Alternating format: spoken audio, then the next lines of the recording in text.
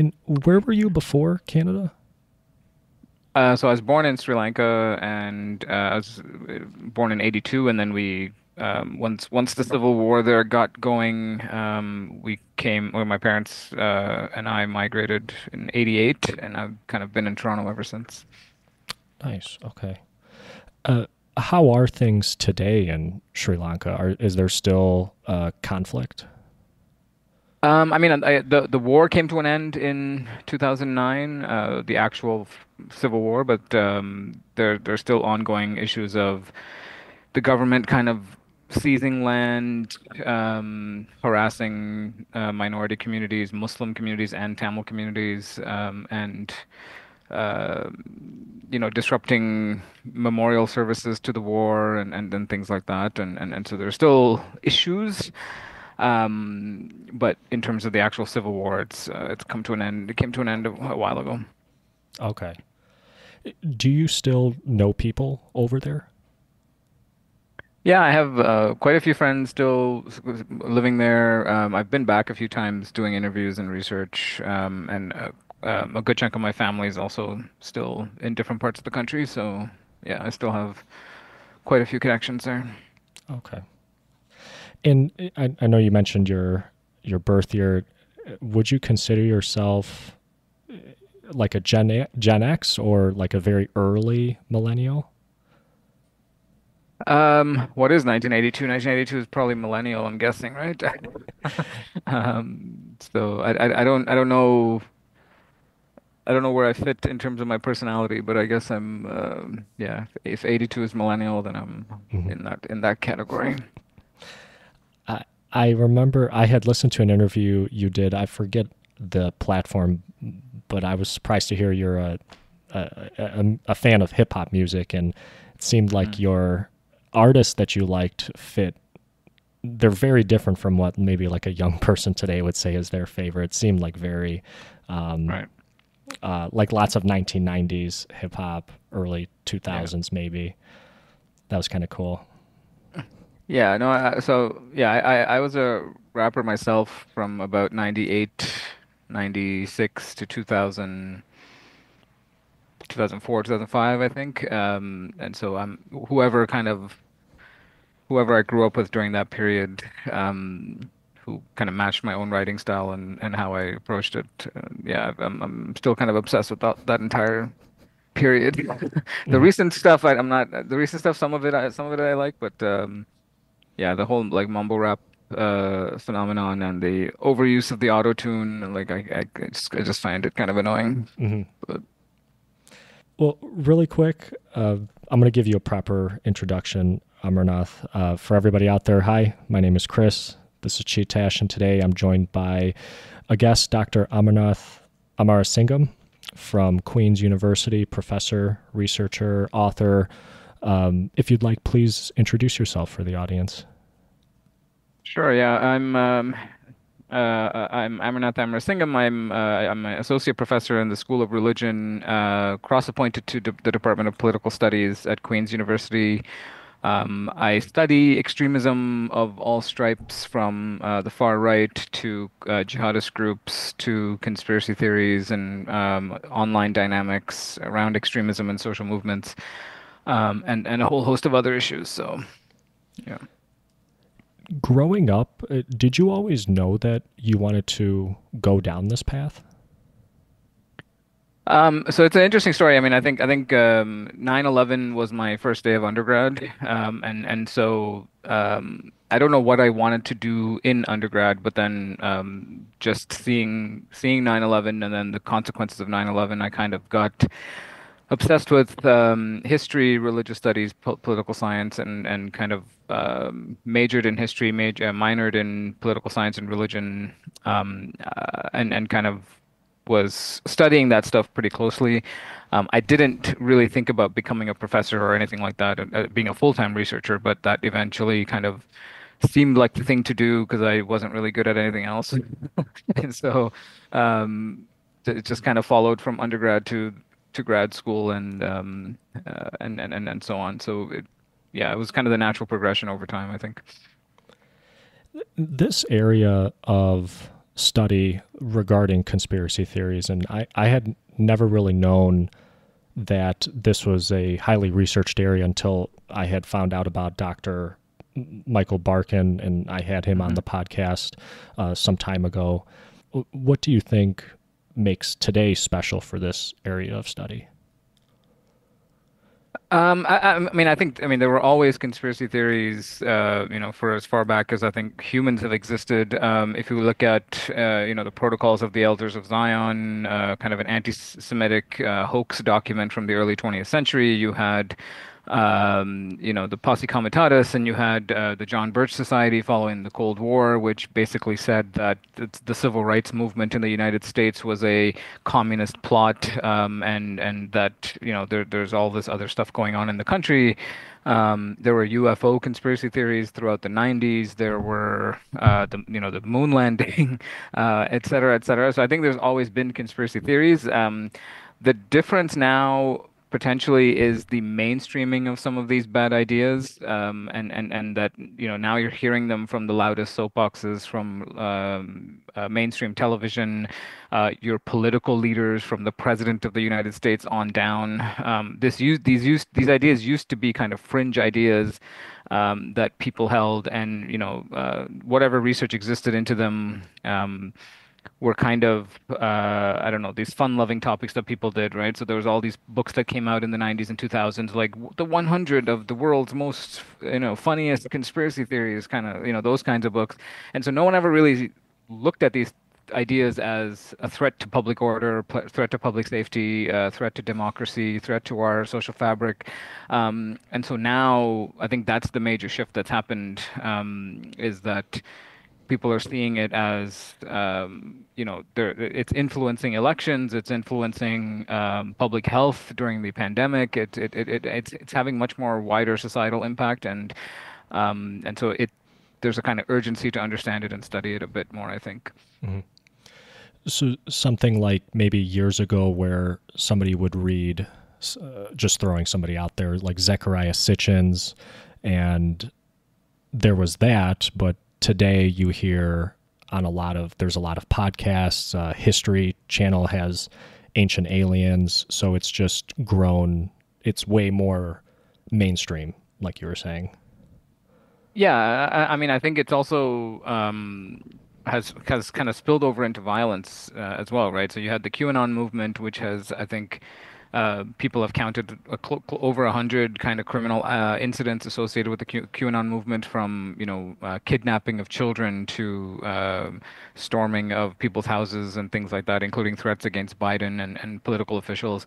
And so it's not just these kind of whimsical ideas that people held anymore. They're actually having broader societal impact. Stop the Steal movement is another, the kind of the societal problems that an idea like that creates, to say this election is not is being stolen from you. It goes to the heart of trust in institutions and trust in society that keeps everything moving forward. And so yeah, I think there's a lot more dangerous ones floating around these days than there used to be, I think. And do you think that conspiracy theories have become religion for some people? I mean, it depends how you define religion, I guess. But I mean, in the sense of this kind of all-encompassing worldview, that's definitely the case. The kind of deeper you go down for some of these conspiracy theories. I mean, I've interviewed a few QAnon adherents who'd left the movement, and they describe it as that, right? This kind of, they woke up in the morning and they were thinking about QAnon ideas. They were online 6 to 7 to 8 hours a day on these platforms and going down different rabbit holes. They really thought that the world was going to change imminently, and that they were one of the vanguards who was going to come along and kind of save society. That society depended on them to kind of, free all these young children who were being held captive and by Hollywood elites or Democratic elites. And so it does become this kind of all-encompassing worldview. I mean, some conspiracy theories do have that quality. I haven't met anyone who believes in the moon landing was faked or that or the Earth is flat, who kind of is also has this kind of all-encompassing worldview about it. But things like QAnon, things like Stop the Steal, things like I don't know, society kind of being overrun. The Great Replacement theory is another one. It does kind of become all-encompassing for some people because of that kind of urgency, I think, right? There's some of these ideas have a level of moral urgency to them that there's an imminent destruction coming, imminent change coming, and you personally need to do something about it. And so they have this kind of quality of getting people. Um, I don't know, out of their chairs and really riled up about becoming part of this revolution that's supposed to be around the corner. And has there been research done into why people gravitate towards conspiracy theories? Like, what are the main reasons? Yeah, I mean, I think there's some people talk about kind of three different kinds of motivations. One of them is usually what's known as epistemic motives, and so this kind of need for explanation. They also call it kind of proportionality bias, and so this idea that the larger an event, the greater the cause of that event must be. And so the JFK assassination is a good example of this, where the idea that the president of the United States was killed by this one guy in a book depository just doesn't kind of feel comfortable for people, right? It's not psychologically satisfying that something so momentous was done by just one person. And so they tend to look for equally uh, momentous explanations for why something like that happened. COVID is another example, like a virus that brought the entire planet to a screeching halt could not possibly have been an accident that kind of leaked out into a lab or something like that. There must be something else going on, right? And so people look for these explanations that are kind of psychologically satisfying for them. Another explanation is existential motives, and so this idea that we're living in a world that is more chaotic. You have less control over what happens around you. COVID is another example. Another good example of this is that you were just going about your day, taking your kids to work and going to work and living your life, and all of a sudden everything is uprooted and everything is turned upside down. And so you you lose control over your life and your surroundings and your loved ones, and so there's a need to kind of gain that control back or get that control back in some way. And conspiracy theories are excellent at doing that. They come along and say, here's who you blame, and here's who caused it, and here's how, here's the people that are to blame behind this. And so they have a ability to kind of give you a cause and effect that's quite satisfying. And more, I guess the third explanation is these societal motives, and that's happening more and more in the online space, where the online community, the friends in your community, conspiracy community online, become very important to you, right? And so the relationships that people have formed in the online space keep people continuously in these movements. And this is where I mean, there's some good examples with the Stop the Steal movement, or even the QAnon movement, where they thought, they would set a date where something is supposed to happen. That date would come and go, and the online community was pivotal for kind of making that failure of prophecy palatable, right? And how do you get beyond the failure of prophecy? Well, we were all mistaken, or we were, actually a new date is more accurate, etc. And so the online community is, I think, quite important for keeping these people firmly entrenched in some of these conspiracy communities. So I would kind of point to those three things. And I wanted to ask you specifically about QAnon, and forgive me if you just mentioned this just earlier, but comparing something like QAnon to something else that doesn't really have violence associated with it that I know of, you could maybe say flat Earth or stuff with UFOs and UAPs, although I know I've heard of cults surrounded around the belief in UFOs and such. But believing or people who believe in these things, we don't see the same violence that I'm aware of. And with QAnon, we have seen violence stem from that. And what would you say is the biggest reason for that dichotomy there between something like QAnon and something else like flat Earth UFO? Yeah. Um, I mean, my personal kind of view on this is that QAnon was able to tap into a level of moral urgency in its adherence that it made it kind of impossible to do nothing, right? So like if I truly believe that Hollywood elites and democratic government elites are trafficking in children, and that's something that's not something I'm just saying out loud, but something that I actually believe. It doesn't really make sense to dedicate your life to anything else except to help these children, right? And so that has kind of tapped into a I don't know if revolutionary spirit is the right word, but this kind of moral crusade to kind of save these children, do something about it, which the flat Earth. Moon landing, Elvis Presley is still alive, Loch Ness Monster, all these things don't really tap into, right? And so I think that for me is what's unique about QAnon, in particular, is that it was, and you're dealing with kind of the purity of children and helping children and saving children, and so it was able to tap into a kind of moral core where if you come to truly believe that this is happening, it's very difficult to just kind of know that that's happening and move on with your day. And so you have a lot more people kind of agitated because of it, right? And so I think that's the kind of unique aspect of QAnon.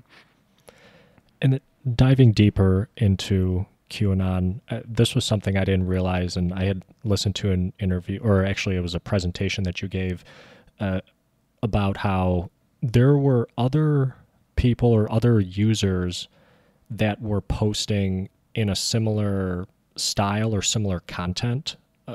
related to QAnon, but it seems like they didn't really take off like QAnon did. And I was wondering if you could kind of explain that, like why didn't they take off, and why did QAnon end up, overcoming all these other previous users? Yeah, so I mean, I think this was part of the kind of the 4chan culture, right? There was FBI anons, there were CIA anons, there were all these other posts or individuals posting claiming to be embedded in these government organizations, releasing secrets slowly to the public, and so it was part of that kind of Chan culture in some ways that this would happen. I think what's different is the way in which. Uh, a similar idea popping up on 4chan was then taken by some very particular individuals and put onto a kind of larger platform, namely their YouTube live streams, right? And so once you had that happen, people like Pamphlet Anon and Baruch the Scribe, took it out of the kind of sewers of the internet that is 4chan and gave it to kind of minor YouTube celebrities. And from there, it got picked up by other news outlets and other influencers. And then it ended up on Alex Jones' TV or what his show. And from the Alex Jones show, it kind of exploded, and then it got picked up by the Trump team. And Trump himself retweeted and reposted a whole host of QAnon ideas leading into the election. And so it kind of went from, very fringe corners of the internet on 4chan and slowly made its way through YouTube influencers through to Alex Jones through to the Trump team. Um, and so it's not necessarily anything about the QAnon idea itself that made it more popular than the other anons, but it was more so who was listening and who was willing to amplify it. And that's kind of how it got out of control, I think. And do we know if there was like a certain event or trigger to that very first QAnon post? And I guess as a second question, when exactly did the posts of QAnon start?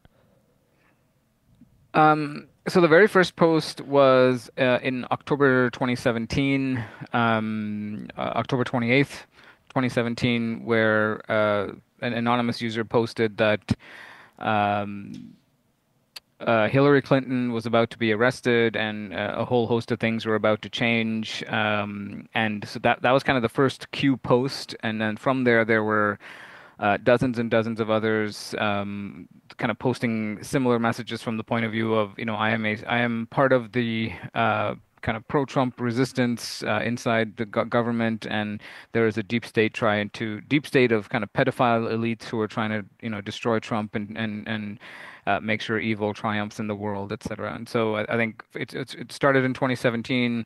The last Q post, I'm trying to remember now when it was, but it was sometime in December 2021, I think, or 2020 maybe. And so basically we have a couple thousand Q posts from that period that were part of the original QAnon movement. The movement itself has now evolved and branched out into different issues and different iterations. But that's kind of the early core of it. And just speaking of that, do we know any reason on why QAnon stopped posting? I don't know why they stopped posting. I think there was a lot of attention. I mean, most researchers that I know think that, Jim and Ron Watkins were behind some of these QAnon posts. And there was a lot of documentaries that came out at the time. There's a lot of media attention on them. There was also, I think, Ron Watkins ran for Congress or something like that around that time, and so I think it made maybe strategic sense for him to distance himself from any posts online that might be traceable or that might receive attention. Um, there hasn't necessarily been a rebirth of any of these posts, but that's kind of when they kind of came to an end. And this was something else that I never knew because I always just considered QAnon was the message was consistent. And I know you had mentioned just the contents of that first post of QAnon, but the the message or the theme was not always the same, and eventually later on it this child element entered into the picture. And I was wondering if you can kind of explain that, like how, if that was accurate, and the Yeah. kind of the evolution of the theme of their posts. Sure. Yeah. I mean, part of that influence came from a similar movement. I guess it's a movement or similar conspiracy theory that was happening in the online space known as the Pizzagate conspiracy. Pizzagate is a bit older than QAnon, and it kind of traces back to March 2016, when Hillary Clinton's campaign manager, John Podesta, had his emails hacked. They were posted online by WikiLeaks in November 2016. Um, and people on the internet started to go through his emails and do a kind of um, I don't know, a rewrite of it in some ways, and find references to child pornography and children and boys and things like that. So they would say any mention of pillows in his emails actually meant drugs. Any mention of cheese pizza was actually a reference to child pornography. Any mention of pasta was actually a mention of boys. Any mention of chicken was a mention of young boys, etc. And so they kind of um, rewrote these emails with reference to sex trafficking and child pornography, and so the Pizzagate movement was progressing on 4chan. The QAnon movement started popping up on 4chan, and initially the Q posts were largely just about Hillary Clinton and the arrest of Hillary Clinton and the cabal. And it's over time that these kind of two movements came together, right? And so it's the Pizzagate conspiracy's influence on QAnon that inserted, in many ways, the child sex trafficking component, and they just kind of fused together and became a similar movement at the time. But they both each of those ideas have a kind of their own separate origins. Now, I had seen that there was some work done in the UK regarding surveys of the population and trying to see if there was a correlation between belief in QAnon and violence. And I forget if you were involved in this study. I was wondering if you can kind of explain a little bit about that research and what was found from that. Um, yeah, so I'm trying to remember that is a study by Bettina Rottweiler and Paul Gill. I was involved with some of that work, but not all of that work, and so what they found was that the more people believed in QAnon conspiracy theories, and the more they self-identified as right wing politically, the higher they scored on violent extremist intentions. And so it was an interesting kind of overlay of different things to say that the more if you believe in QAnon conspiracy beliefs, but you identify as left wing on the spectrum, you are less likely to answer yes or no, answer in supportive of any violent extremist intentions or anti-government violence, that sort of thing. But if you sprinkle kind of right-wing political ideology on top of that, or you self-identify as right-wing, then your commitment to violent extremism and anti-government violence goes through the roof, right? And so it kind of showed that it's not necessarily just enough to hold bad ideas, but it's how these bad ideas intersect with your political leanings, and then how all of that kind of influences how you relate to violence, whether you see violence as justified, obligatory, and so on. So it kind of means that, it's not necessarily that you just have bad ideas, but it's a whole host of the cocktail of bad ideas plus your political leanings plus some certain psychological traits that they were also able to find all have an impact on whether you see violence as necessary. In that study, do you know, are any of the results broken down by like race or gender as well? And or are there any studies out there that also break it down further into those categories?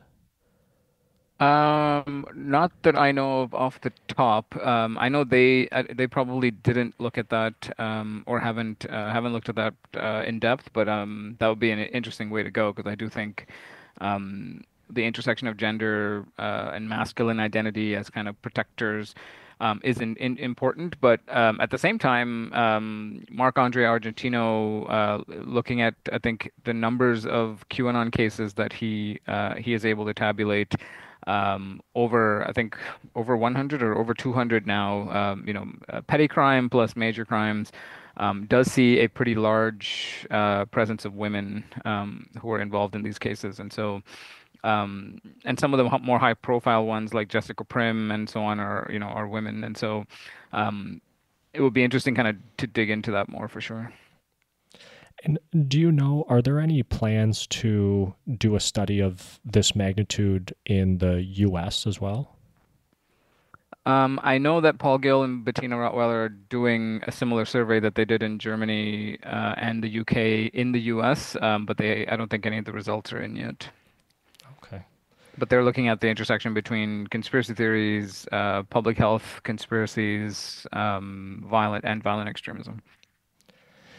And I know the study that we were just mentioning that was done in the UK, to me it always kind of felt that, and maybe it's just because I live here in the US, that conspiracy theories and beliefs are the most prominent here in the US. And I I don't know if what you thought, if in other countries is it as prevalent as it is in the US?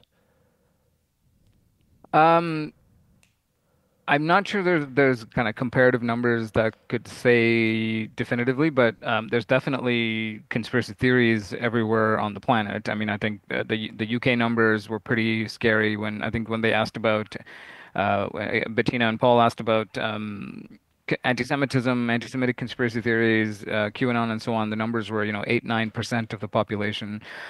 So for a country of 70 million people in the UK, that's a pretty large number of people who hold great replacement theory ideas and anti-Semitic ideas, and just walk around with the rest of us. And so that there's that. There's also, I think, if you look at India or Myanmar or Sri Lanka, there's these kind of state adjacent or state orchestrated conspiracy theories as well, where they think, Muslims are having too many kids and are slowly going to take over the population, and things like that, and that Muslims are secretly sterilizing the women of the majority population, and all these other conspiracy theories also are existent in some of these countries. Some of them are, from the majority, from the majoritarian ethnic community or religious community, less kind of lone actor violence, and so those dynamics are interesting as well in terms of how they play out in some of these South Asian countries. And are there any sort of particular things about a person themselves, like let's say personality wise, that would lend them to more likely believe in a conspiracy theory? Um, I don't think there's any evidence that there's a kind of personality trait that would um, draw you to conspiracy theories. It's more so, again, kind of the kind of cocktail of beliefs, world events, lifestyle circumstances, um, and I guess in the social media world, what kind of the algorithmic consequences of your scrolling, and your searches that kind of take you into different rabbit holes and different kind of ecosystems of belief, that basically can happen to any of us, right? And so, I think a lot of the biases that we talk about, confirmation bias, et cetera, exist in all of us, and we're all capable of falling down different rabbit holes and different belief systems. Um, uh, it's just a question of how dangerous some of these ideas can become. There's also a broader problem these days of collapse in trust of institutions and kind of traditional mechanisms of information, right? So science, medicine, journalism, academia, mainstream media, et cetera, the kind of trust that some people have in these institutions, which would help you navigate accurate information versus false information, et cetera. There's a lot less trust in these institutions. And people live in entirely alternate information silos, whether it's on platforms like Telegram or what have you. And so, um, that also contributes to kind of the longevity of some of these ideas. The other, I guess, addition to that is, once you believe, one thing is clear in all the evidence on conspiracy theories is that once you believe in one conspiracy theory, you're much more likely to believe in a bunch of others. And part of the reason for that is not necessarily the idea itself, but if you start to believe, that the world around you is lying to you, that what you see is not real, and there are sinister actors at play, and everything you see is manipulated, and everything you see is manipulated to kind of keep you subdued. Um, it's hard to it's hard to just believe in the moon landing was faked, but I believe what the mainstream media is telling me about everything else, right? And or vaccines cause autism, but I believe what medical professionals have to tell me about everything else. It's kind of hard to do that, and so once you believe in one conspiracy, you're more likely to distrust the entire institution that's feeding you these kinds of more reputable pieces of information. And so people start to go down multiple rabbit holes of belief, and it really starts to change your entire worldview in many ways. Now, have you had any conversations with the any big tech executives about their platforms and the dissemination of conspiracy theories on their platforms, or do you think are these large tech companies at least aware of these ideas? Um, yeah, I mean, they're very much aware. I've had on and off conversations with almost every social media platform and their trust and safety branches within these platforms. It's not so much that they don't know it's there or they know how to take it down, because they did take down all of QAnon, for example, after January 6th, after the January 6th insurrection. But again, that was in hindsight, right? And so this is an ongoing challenge that they struggle with is when is a bad idea, because they're not going to take down all dumb ideas on the internet, right?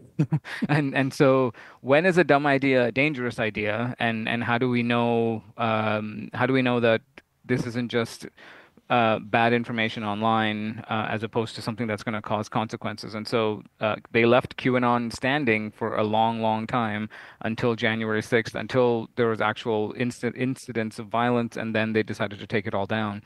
And so it's not an enviable position where they find in which they find themselves, because they also don't want to be the arbiters of truth and draw lines around free speech and things like that. And so it's a constant push and pull, I think, about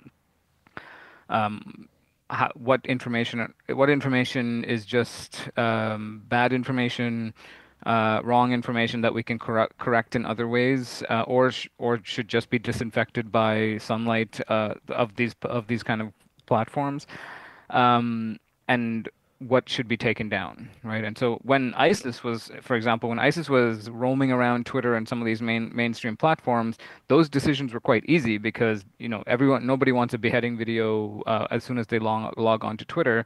That debate is much harder when you're talking about stop the steal or build a wall or Muslim ban, et cetera, right? So some of these topics become a lot more blurry in terms of where they fall on the free speech line, and they become even more blurry when they come from the top, right? And so platforms have always had a hard time suspending, blocking, removing content from the president of the United States or the prime minister of whatever country, because for them they see these accounts as kind of important to leave up, and so that's the kind of ongoing challenge they're dealing with is where to kind of make these decisions. It's not that they don't know about it or they don't know how to take it down, but should they take it down, and so on. Of course, with Elon Musk coming in, a lot of these guardrails have been removed, and so he got rid of the trust and safety team entirely. He got rid of the human rights team for the most part, and so a lot of the policies they had built up over the last 10 years have now been shelved for the most part. And so that's why you saw Alex Jones come screaming back onto Twitter, and a lot of these other open neo-Nazis come screaming back onto Twitter, and so now we're kind of back to square one in many ways on Twitter, on Twitter in particular. So Do you think, because this is something that I hear a lot of, that you fight ba- I forget the exact quote. It's like if you fight bad speech with good speech or something like that. And uh, I guess the best example I can maybe think of this is on YouTube. If you are watching, let's say, a flat Earth video, there will most of the times be a banner at the bottom of the video, and it'll have like a Wikipedia link, and it'll link you to flat Earth, and it'll kind of explain from there, hey, flat Earth is a debunked theory that the Earth is flat, it's not round or oval shaped, etc. Do you think that things like that can be an effective solution to fighting against conspiracy theories? I mean, I think so. I think that's largely what Elon Musk's new approach is with Twitter community notes and things like that, is that it's now up to us up to the users of these platforms to kind of fact check each other and so on. Of course, that can be weaponized, and it's not necessarily ideal. The other problem, of course, is how susceptible people are to being fact checked at all, right? So once you lose that trust in institutions and mainstream sources of information, you see all of that as part of the plot and all of that as suspect. And so when someone posts a PolitiFact link or a Snopes link, they don't trust these sources of information, so it doesn't make any real dent, right? And so that I think is the larger challenge is not so much the lack of information because I mean we all have the entirety of human knowledge on in our pockets now with our phones, and so it's not so much that we have there's a lack of information or lack of access to information, it's that we don't trust the these sources of information, and that is a much larger problem because that basically is the slow erosion of democratic discourse, right? Is that we can no longer talk to each other because we live in different planets. I think it's raining outside and you think it's sunny outside because the website you read, and the website I read told us two different things. And so that's the problem is that, and we saw this during COVID a lot on some of these Telegram channels, where they would say, I'm not taking the vaccine because I don't know what's in it and I don't know whether it's been tested properly and so on. But then they would be all then the entire Telegram group would be talking about ivermectin and this kind of ivermectin, and I forget the other one, hydrochloroquine and all these things, right? So clearly they're willing to put stuff in their bodies. Right, and it's just a question of who do I trust to tell me the correct information about the thing that I'm going to put in my body. I don't trust Fauci anymore. I don't trust CNN. I don't trust the NIH, but I trust this small group of people that I've gotten to know in this Telegram group, right? And so that when you're there, when you find yourself there as a society, then um, it's not so much about let's just tell them the facts because well they don't care about the facts and they don't trust you as the one that's telling them the facts, and that's kind of the larger challenge, and I don't know how you get beyond that because I just see that polarization increasing as time goes on, not necessarily reversing. So we're going to end up in a situation where yeah we just live in very different worlds. And is it challenging or is it hard covering or researching these topics, and that if there's like a fine line between glorifying something and by giving it coverage, but by also giving it coverage you're criticizing it, but maybe some people might misconstrue it as glorifying. And an example I can think of is the movie. There was an HBO documentary, Q Into the Storm, which I thought it was very good, but I guess I didn't realize that there were critics of it that said that it didn't maybe it didn't do enough in showing the really dangerous sides of QAnon. And I was wondering what you thought about that, if you've had those challenges in your work and research. Yeah, and I mean, it's an ongoing debate, I think, amongst extremism scholars is how much do we tell the public about the stuff that we see online, and how much if it is actual fringe. It was an easier debate to have when extremism was on the fringe, and when people, not every person on the street was on Telegram and was looking at kind of the darkest corners of the internet.